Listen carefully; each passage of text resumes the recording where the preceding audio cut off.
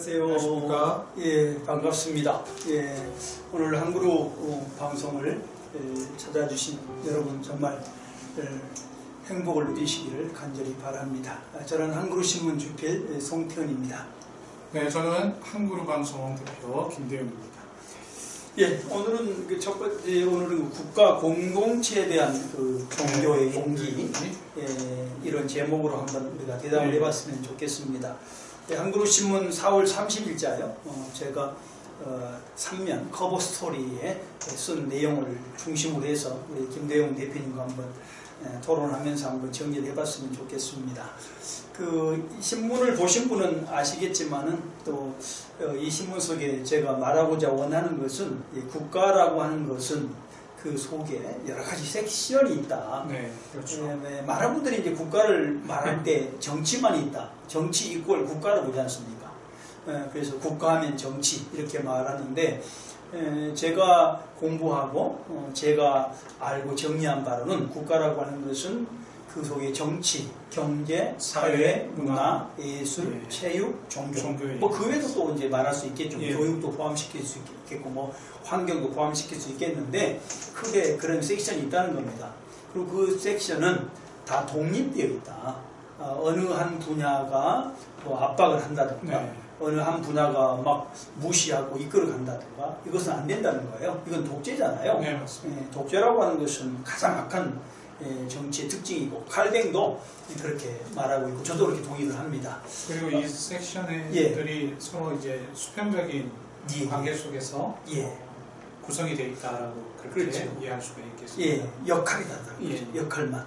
역할이 다르기 때문에 조화를 이루고 견제를 하고 때로는 협력을 해야 될 관계지 어느 한 분야가 정치가 또는 종교가 또는 경제가 다른 분야를 압박해서 그 사람들의 역할 또 그 기관의 역할을 완전히 압제하거나 해서는 안 된다는 겁니다. 그런 전제로 지금 제가 계속 글을 쓰고 있어요. 커버 스토리를. 그리고 이번에는 사실 이제 국가 속의 종교의 문제 좀 강조를 하시는 것 같아요. 종교의 문제를 한번 제가 쓰고자 원해서 썼습니다. 사실 우리가 역사 속에 알고 있지만 중세시대, 중세시대라고 하는 것은 뭐 사람마다 다릅니다만은 되게 이제 590년 그레고리 1세 교황으로 이제 그분이 임직을 시작했을 때 그때부터 1648년 베스트팔렌 조약 이 정도까지 중세라고 말하잖아요. 역사 속에서. 물론 유럽을 중심으로 하는 그런 기준이겠죠. 그 중세 시대에는 종교가 독재를 했잖아요. 그렇죠. 신율주의라고. 그렇죠. 종교가 완전히 독재를 했잖아요. 그러니까 교황이 또는 교회가 마음대로 정치, 경제, 사회, 문화, 예술 등등을 마음대로 좌지우지했지 않습니까? 그걸 종교 독재라고 저는 말해요. 그래서 이제 어떤 분들은 암호시대다 이렇게 말하는 것은 저는 여러 가지 의미가 있겠지만 종교가 독재를 했기 때문에 교회가 무소불위의 권력을 가졌기 때문에 그랬다.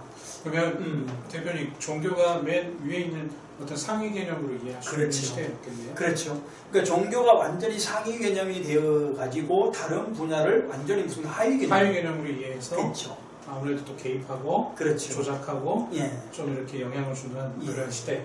심지어는 황제들도 정치 권력자는 황제들도 교황 아래에서 공짜를 못 했지 않습니까? 폐위가 되기도 하고 그러다 보니까 중세가 저는 암호시대였다. 다른 측면을 말하지만 저는 그런 측면에서 국가라는 측면에서 그렇다. 그래서 중세의 국가는 저는 없었다. 이렇게 보는 것입니다. 그러니까 독재적인 시대라고 얘기할 수 있겠네요. 그렇죠. 종교 독재가 파괴시킨 시대. 그러니까 어느 부분이든지 독재가 되면 안 되지 않습니까? 독재가 된다는 것은 그 분야, 그 사람의 자유를 억압한 거죠. 그렇죠. 사실 인간에게 있어서 자유만큼 중요한 게 어디 있습니까? 가정에서도 만약에 남편이나 아내가 독재하게 되면 그 가정이 되겠어요. 가정이라고 하는 것이 깨지죠. 교회도 마찬가지 아니에요? 교회 우리가 지금 몸담고 있는 교회들 보세요. 학교들 보세요. 가장 큰 문제가 뭐예요? 독재거든요. 독재죠. 한 인간의 독재 때문에 교회도 망가지고 국가도 망가지고 학교도 망가지고 가정도 망가지기 때문에 그렇습니다. 그래서 저는 그런 측면에서 지금 이 글을 쓰고 있는 것이죠.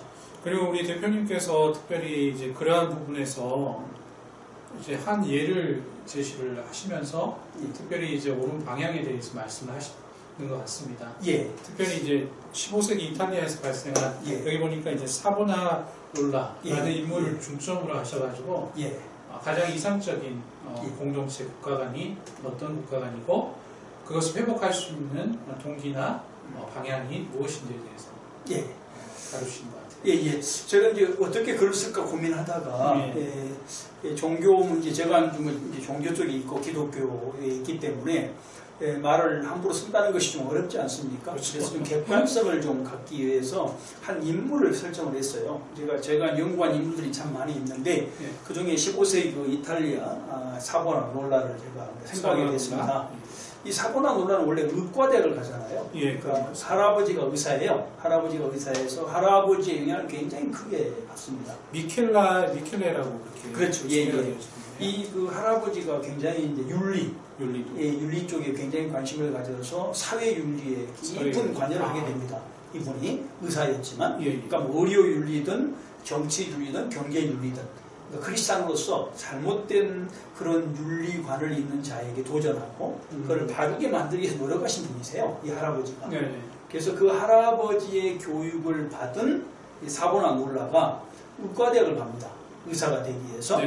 근데 의과대학에 가서 가만히 보니까 이게 의과대학 가서 의사가 되는 것보다는 자기의 비전을 펼치기 위해서는 그 당시 신부였겠죠. 그렇죠? 신부. 이런 신부가 되는 것이 좋겠다. 그러니까 종교 부분에 들어가서 일하는 것이 좋겠다라는 생각을 하게 되는 거예요. 그래서 전격적으로 수도원으로 들어가서 수도원에서 오늘 같으면 신학을 공부하게 되는 거죠. 신학을 공부하면서 보니까 가장 큰 문제가 목회자들에게 있다는 것을 알게 됐습니다.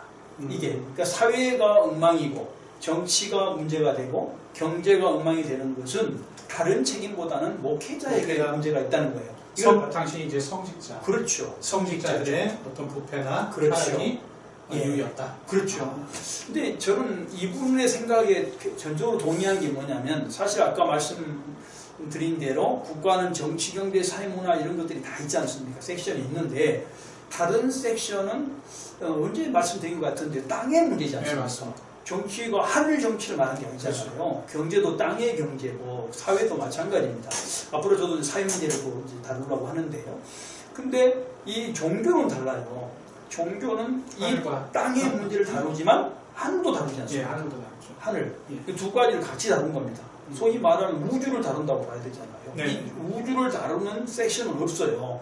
이 전체를 다루는 섹션이 천문학이 우주를 다룬 게 아니라 그냥 하늘 위를 다룬 거잖아요. 그렇죠? 그건 우주가 아니죠. 우주 속의 한 부분인 거죠. 근데 여기는 종교는 땅과 하늘을 다루기 때문에 우주 전체를 다룬다는 거예요.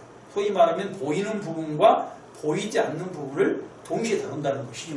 그러다 보니까 종교 부분이다. 그렇죠. 그게 범위가 넓지 않습니까? 근데 그 부분이 병이 나면 그 부분에 어떤 그 부분을 이끌어가는 지도자가 이제 성직자들인데 그 당시로 성직자들이 비윤리적이고 그리고 거기에 사익 앞에 눈이 어두워지고 그렇다게 되면 국가가 어려질 것 아닙니까? 그런 논리입니다. 그래서 이 사보나롤라도 그 말을 쓰지 않았지만 아마 그러한 논리 속에서 이 성직자의 문제를 그렇게 다루지 않았는가 싶습니다. 그리고 그러한 부분이 이제 결과론적으로는 당시 이제 중세를 병들게 했던 부패의 그렇죠. 이유였다. 그렇게 이제 이해가 되는 것이죠. 그래서 이분이 이제 신학을 공부하고 졸업하고 나서 뭐 약간 이제 강사를 하게 됩니다. 성경 강사. 사실은 성경을 가르치면 저도 이제 뭐 교수로서 성경을 가르치고 신학을 가르치고 우리 대표님도 가르치고 계시지 않습니까? 어떻게 보면 선생이잖아요, 우리가. 근데 가르치다 보니까 그 가르침을 받는 사람들, 이분들이 변화가 되어야 우리가 가치가 있는 것 아닙니까? 그렇죠. 변화가 안 되면 가치가 없잖아요. 그럼 어떻게 생각해요? 내가 가르쳤는데 그들아 변화가 안 되면 대부분 스승들이 어떻게 생각하냐면 내가 할까? 이 생각을 하게 되지 않겠어요? 내가 해야 되겠어요. 안 되겠구만. 이런 마음을 갖게 되는 거예요. 근데 이분이 그래서 38세 정도 돼가지고 이제 워낙 국가의 문제 중에 정치 문제라든가 이런 문제가 있다 보니까 오늘 같으면 정치 쪽에 영향을 미칠 수 있는 지도자로 이렇게 위임을 받게 됩니다.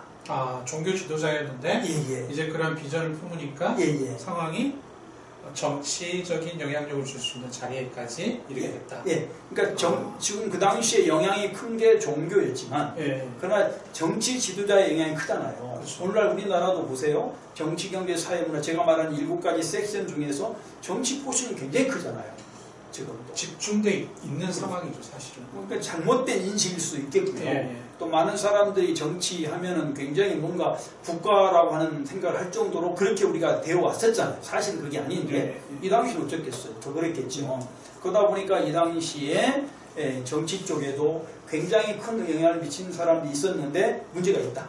그래서 이분을 그 피렌체 도시의 시민들이 지도자로 이렇게 이 사람을 갖다가 세우게 됩니다. 그래서 그 속에 들어가서 피렌체 도시에 들어가서 가지고 있는 정치적인 어떤 그 이론, 우리 같으면 신학이겠죠. 신학을 가지고 도시를 바꾸기 위해서 노력을 합니다. 근데 그때 처음으로 한 게 뭐냐면 윤리운동이에요. 여기 보니까 대표님 목회자로서 성경과 신학에 입각하여서 시민들의 윤리의식을 굉장히 강조하는 그러한 일들을 펼쳤던 걸로 제가 그렇죠. 그러니까 윤리 기준이 있어야 될 거 아닙니까? 그렇죠. 예를 들면 사회를 어떻게 바꿀 것인가 기준이 있어야 되잖아요. 그 기준이 바로 성경이고 신학이 되는 거죠. 그러니까 성경 신학이 된다는 것은 어떤 거냐면 이것이 하나님이 주신 책이라는 것. 이것이 전제가 되지 않겠어요. 그리고 세상에 많은 기준이 있어요. 뭐 누구의 이론 이렇게 이론이 있을 수 있잖아요. 그렇죠, 있습니다. 무엇이 바른 윤리인가? 그것이 우리 같은 경우 뭐 당분이든 무슨 누구 이론이든 있을 것 아닙니까? 우리도 지금 우리는 유교잖아요. 공자 논리를 가지고 우리 대한민국의 윤리가 많이 형성되어 있지 않습니까? 기준이 있지 않습니까? 그런데 이분은 기준이 성경이나 신학을 잡은 거예요. 그러니까 다른 종교를 가진 사람들이 거부감을 가질지 모르겠지만 거부감을 가질 필요가 없는 것이 성경이 모든 윤리의 원칙을 다른 어떤 이론보다도 탁월하다면 문제가 없잖아요. 그렇죠. 이분은 그렇게 생각한 거죠. 그리고 또 그것이 입증된 역사이기 때문에 그거에 대해서 사실 제가 부정할 수는 없지 않습니까? 또 특별히 유럽이었으니까요. 유럽에서는 뭐 기독교가 유럽의 문화였고 그러기 때문에 그랬겠죠. 그래서 그걸 가지고 윤리운동을 펼칩니다. 도시 정화운동을 펼치는 거죠. 타락했던 모든 도시들을. 제가 보니까 이제 그런 활동이 결국에는 이제 당시 이 피렌체라는 도시가 굉장히 타락한 도시였는데 그 한 인물의 어떤 비전을 가지고 했던 그 활동을 통해서 피렌체가 변화되었고 또 여기 우리 대표님이 말씀하신 대로 이런 비전이 있었던 것 같아요. 종교 지도자, 특히 잘 세워진 종교 지도자가 말 그대로 국가 속에서 그 한 개인이 바른 정체성을 가지고 회복하고 실행할 때에 그것이 결과적으로는 국가를 건강하게 만든다는 그 비전을 가지고 행했던 그러한 인물이었던 것 같습니다. 그렇죠.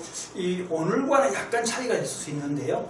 그 당시는 이제 기독교가 국교지 않습니까? 그렇죠. 국교 유럽은. 그러다 보니까 교회 지도자, 성직자가 좀 깨어나면 그래서 그 성도들에게 잘 정치, 경제, 사회 문화를 가르칠 수가 있잖아요. 설교 시간이라든가 공부를 통해서 가르치면 그 사람이 바르게 되어져서 국가를 바르게 세울 수 있잖아요. 그러니까 책임이 목회자에 있다는 거예요. 굉장히 강했죠. 그렇죠. 그게 이제 맨파워의 어떤 모습이니까. 그렇죠. 그러니까 오늘날하고 약간 우리나라하고는 약간 차이가 있을 수 있는데 사실 우리나라도 마찬가지죠. 교인이 지금 1000만입니다. 1000만인데 이 1000만을 목회자가 가르치고 있지 않습니까? 그러니까 목회자가 바르게 세워지면 목회자가 정말 윤리적으로 바르게 세워지면 나라가 바뀌는 거죠. 그래서 이제 많은 사람이 이렇게 말하잖아요. 국가의 책임은 국가가 잘못된 책임은 목회자에게 있다. 이렇게 말하면 저는 일리가 있다고 봐요. 그래서 이 당시에 이제 이분은 그런 생각을 갖게 됐고 그리고 성공을 하게 됐죠. 성공해서 굉장히 좋은 그런 국가가 만들어지고 있는 찰나에 꼭 잘하면 시기를 하는 동업자가 있습니다. 반대파가 나오죠. 이제 뭐냐면 같은 일을 하고 있는 사람들이고 그러지 않습니까? 그렇죠. 그게 더 힘들 것 같습니다. 그러니까 다른 측면에서 있는 분들은 좋다고 말하는데 같은 일을 하고 있는 누구겠어요? 목회자들 이제 그 당시에 이제 추기경 그 당시에 있는 교황 이런 사람들이겠죠. 그런 사람들이 이제 이분을 압사시키기 위해서 제약하기 위해서 자기보다 인기가 높아리니까 그러한 강한 압력을 가해오게 되는 것이죠. 여기 보니까 이제 반개혁주의자들이라고 소개를 하는데 아라비아티 당이라고 그렇게 이제 명칭을 하고 있습니다. 그래서 이 사람들이 말 그대로 이 대표님 말씀하신 대로 사부노놀라의 어떤 종교개혁이나 그 운동에 대해서 굉장히 이제 거부감을 가지고 말 그대로 제압하고 제거하기 위해서 여러 가지 활동을 했던 걸로 제가 알고 있어요. 그렇죠. 그러니까 하여튼 개혁을 한다는 게 어렵잖아요. 뭘 바꾼다는 것이 어려운데 하여튼 반대파 때문에 하여튼 굉장한 압박을 받게 되는 것이죠. 이분도. 근데 참 아쉬운 부분이죠. 제가 이 글을 썼습니다만은 정말 그분이 성공했다면 결국 이제 이분이 이제 화형을 당하게 되지 않습니까? 네, 화형을 당하네요 보니까. 화형을 당해서 개혁이 끝나죠. 물론 그분의 영향, 그분의 노력, 그것이 이제 이탈리아 피렌체를 더 발전시킬 수 있는 계기를 만듭니다. 역사 속에서도. 그러나 이분이 죽게 됨으로 인해서 48세에 죽게 되잖아요. 젊은 나이에 죽게 되는데 죽게 됨으로 인해서 100년 정도 앞서갈 그런 발전의 기회를 놓쳤다. 저는 이렇게 생각을 합니다. 그런 부분에 대해서 참 안타깝네요. 사실 국가성장 이 대표님 말씀하신 대로 100년을 앞당길 수 있는 그런 기회였는데 그게 이제 어떤 시기나 질투, 반대파 어떤 그런 것들로 인해서 이제 사부나놀라의 어떤 운동이나 그런 노력이 말 그대로 끊어졌을 때에 그 국가 그리고 그 시민들에게 얼마나 그게 좋지 않은 결과로 나타났겠습니까? 그래서 그런 부분에 대해서 조금 안타까움이 있습니다. 그렇죠.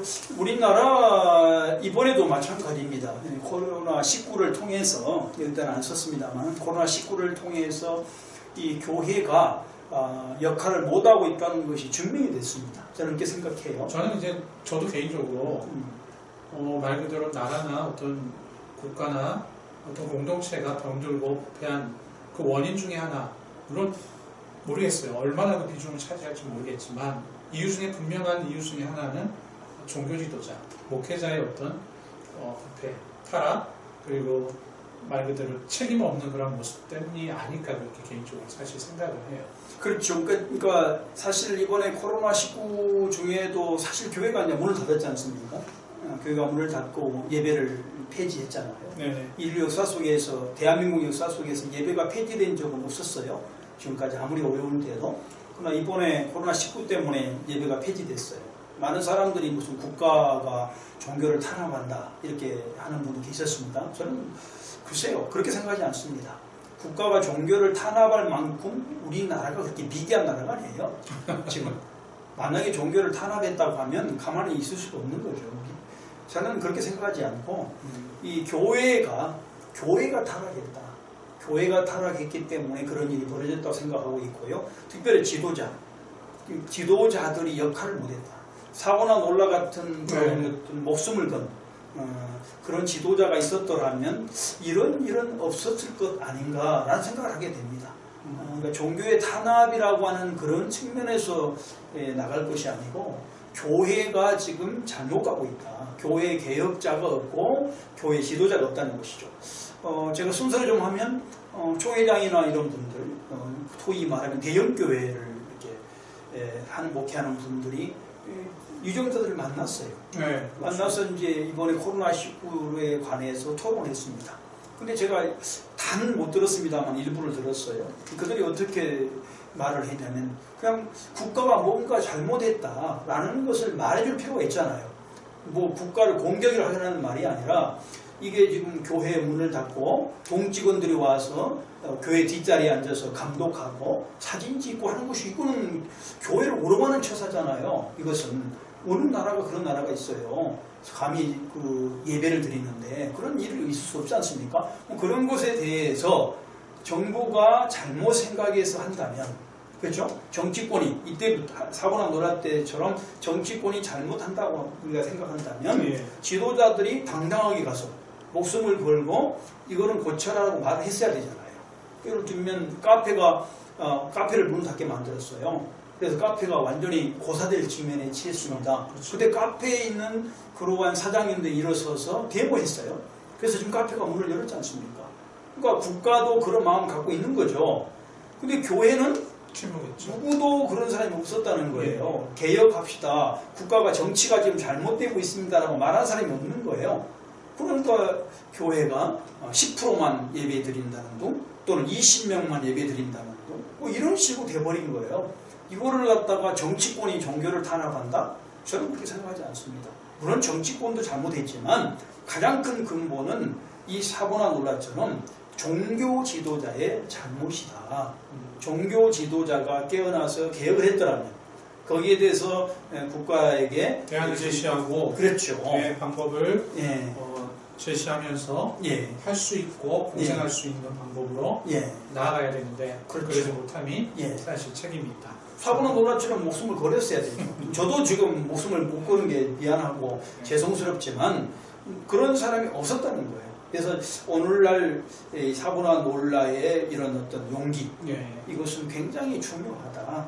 목회자들에게 특별히 교회 지도자들에게 특별히 이슈가 되는 그리고 도전을 주는 그런 것이 아닌가 저는 그렇게 생각합니다.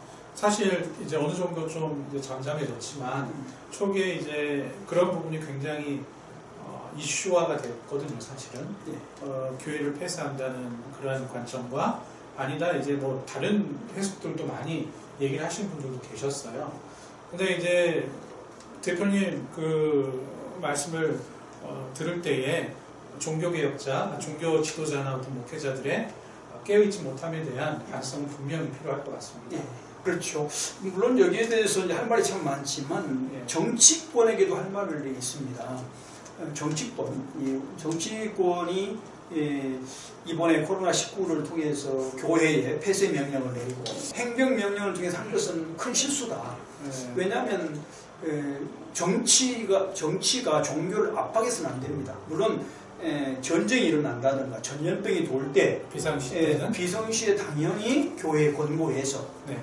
교회가 문을 닫든가 하도록 그들이 자유롭게 하도록 해줘야지 그거를 행정명령을 통해서 동직원이라든가 구급 공무원을 보내서 교회를 감독하는 정책을 쓰는 것은 이거는 전 세계에 있을 수 없는 일이다. 이거는 있을 수 없다. 앞으로는 있어서는 안 된다는 것입니다. 근데 거기 그러한 정책을 쓴 것은 큰 실수였다고 저는 보고 있고요. 그래서 앞으로 대통령 선거 내년에 남았는데 대통령 선거에서 이걸 이슈화해야 된다.